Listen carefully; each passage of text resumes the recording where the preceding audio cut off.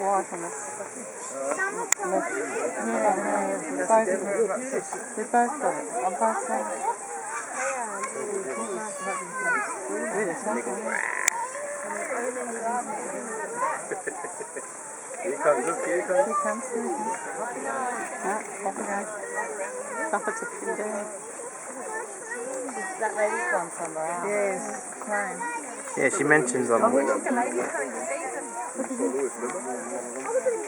Yeah, little rascal. Check him out, you know.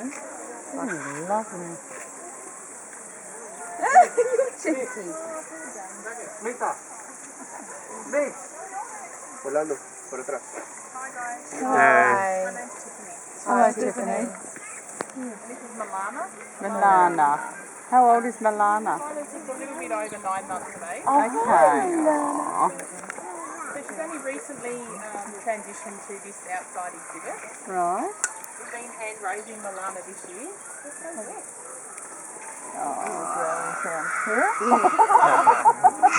Beautiful girl.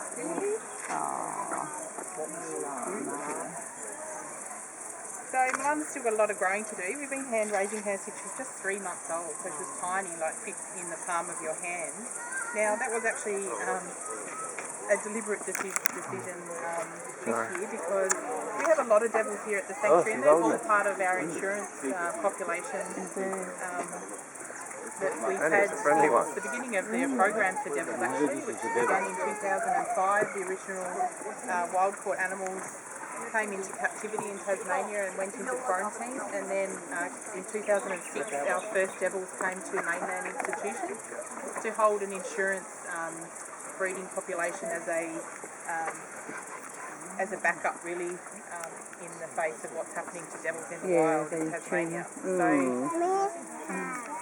most of our key efforts really are around maintaining a genetically robust population, breeding them obviously with specific breeding targets every year. And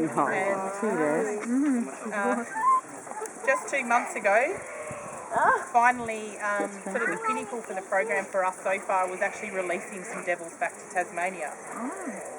They're on an offshore island off the east coast of Tasmania.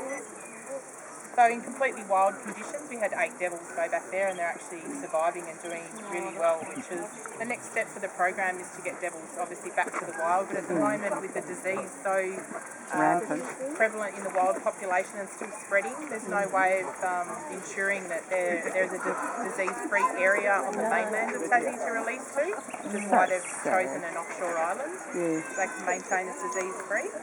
So actually, since the start of the program, we're actually back down to really the lowest number of devils that we've had in many years. We've got just under 60 devils here. Have you?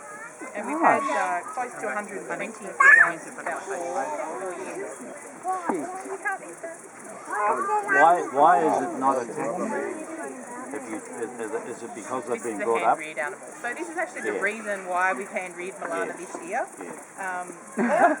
She has brothers and sisters as part of that important breeding effort, but genetically now, only these few years later, we've got really well represented genetics within the group. So not every animal in a litter has to breed and go on to be part of that program. So Milana's got brothers and sisters, and we've actually taken the option to hand-rear this little one so that she'll get quite comfortable around people with the contact, hoping that to continue.